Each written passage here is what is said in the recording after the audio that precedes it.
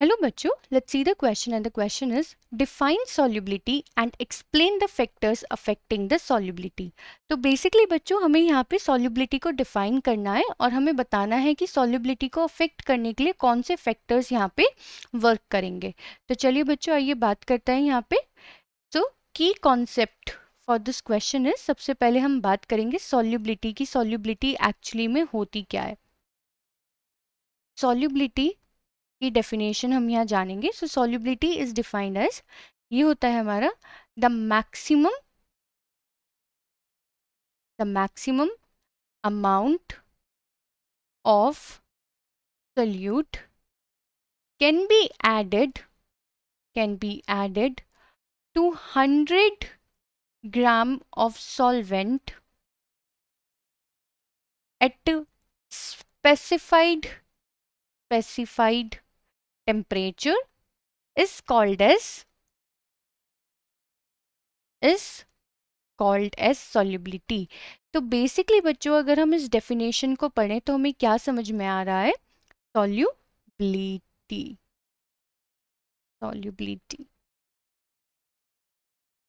अभी हम इसका मीनिंग भी समझेंगे अच्छे से।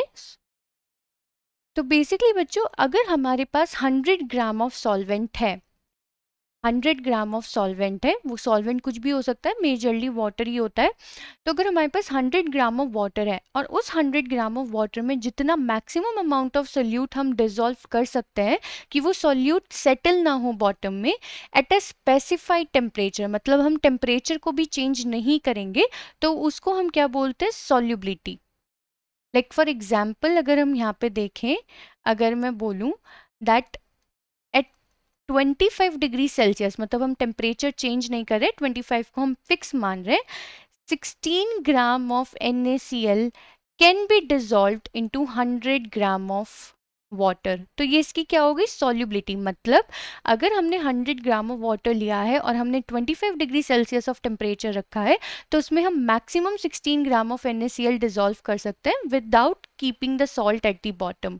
तो ये क्या होगा? इसकी सॉल्युबिलिटी। तो बच्चों हमने सॉल्युबिलिटी को यहाँ एक्सप्लेन तो कर दिया, बट अब ये हमें क्या करना है? हमें इसके फैक्टर्स भी बताने हैं कि कौन से ऐसे फैक्टर्स हैं जो कि सॉल्युबिलिटी को अफेक्ट करेंगे।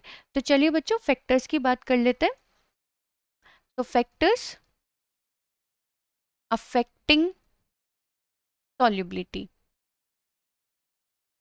तो सबसे पहले तो बच्चों अगर हम यहाँ बात करें फैक्टर्स अफेक्टिंग सॉल्युबिलिटी की, अगर हम सॉल्यूट को सॉल्वेंट में ऐड कर रहे हैं, सॉल्यूट जो कि हमारा सॉलिड नेचर का है और हम इसे ऐड कर रहे हैं सॉल्वेंट में जो कि हमारा लिक्विड नेचर का है, तो उसमें क्या फैक्टर्स अफेक्ट करेंगे? तो सबसे पहला फैक्टर होता है बच्चों टेम्परेचर का। टेम्परेचर, अब ये कैसे, टेम्परेचर कैसे अफेक्ट करता है सॉल्युबिलिटी को? जैसे कि आपने डेफिनेशन में भी देखा कि टेम्परेचर फिक्स्ड होना चाहिए। बेसिकली बच्चों होता क्या है कि अगर हम टेम्परेचर को इंक्रीज करें या डिक्रीज करें, तो हम इंक्रीज लेके चलते हैं, टेम्परेचर इंक्रीजेस, तो उससे क्या होगा? Kinetic energy of solvent particle also increases. तो जो सॉल्वेंट होगा उसके पार्टिकल की जो काइनेटिक एनर्जी है वो भी इंक्रीज करेगी। उसकी वजह से क्या होगा बच्चों? पार्टिकल्स ऑफ सॉल्वेंट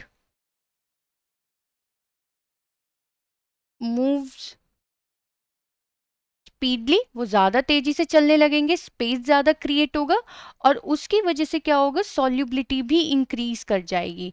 क्योंकि बच्चों क्या हो रहा होगा? देखो अगर टेम्परेचर इंक्रीज किया, काइनेटिक एनर्जी बढ़ी सॉल्वेंट पार्टिकल्स की, काइनेटिक एनर्जी बढ़ी, सॉल्वेंट पार्टिकल्स और जल्दी मूव करने लग गए, स्पेस बढ़ गया, मतलब हम उसमें और सोल्यूट ऐड कर पाएंगे। इसलिए बच्चों टेम्परेचर क्या होता है, अगर हम यहाँ पे सिंपली लिखना चाहें टेम्परेचर को, तो टेम्परेचर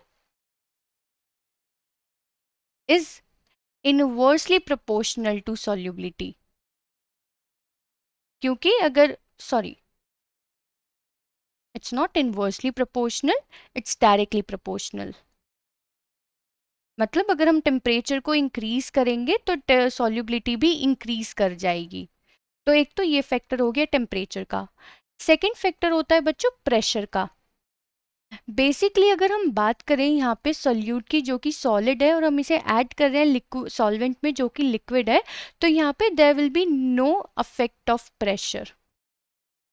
यहाँ पे प्रेशर का कुछ भी अफेक्ट नहीं होगा, क्योंकि बच्चों सॉलिड एंड लिक्विड दोनों ही क्या होते हैं, लेस कंप्रेसिबल इन नेचर होता है, तो प्रेशर यहाँ पे कोई भी मेजर रोल प्ले नहीं करेगा। थर्ड फैक्टर है बच्चों अमाउंट ऑफ सॉल्वेंट। अब बच्चों ऐसा है, अगर मान लीजिए हम कोई भी सॉल्युबिलिटी चेक करने जा रहे हैं और अगर हम अमाउंट ऑफ सॉल्वेंट इंक्रीज कर दें, अमाउंट ऑफ सॉल्वेंट इंक्रीजेस, तो क्या होगा, more space will be there, more space हो जाएगा वहां पे, more space will be there and more solute can be added. तो उससे क्या हुआ, सॉल्युबिलिटी चेंज हो गई ना। तो हमें अमाउंट ऑफ सॉल्वेंट भी कैसा रखना चाहिए बेसिकली सॉल्युबिलिटी को चेक करने के लिए, तो amount of solvent must be constant, जब हम सॉल्युबिलिटी को चेक कर रहे हो तब के लिए।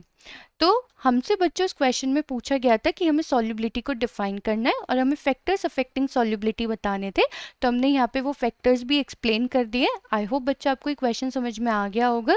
Thank you.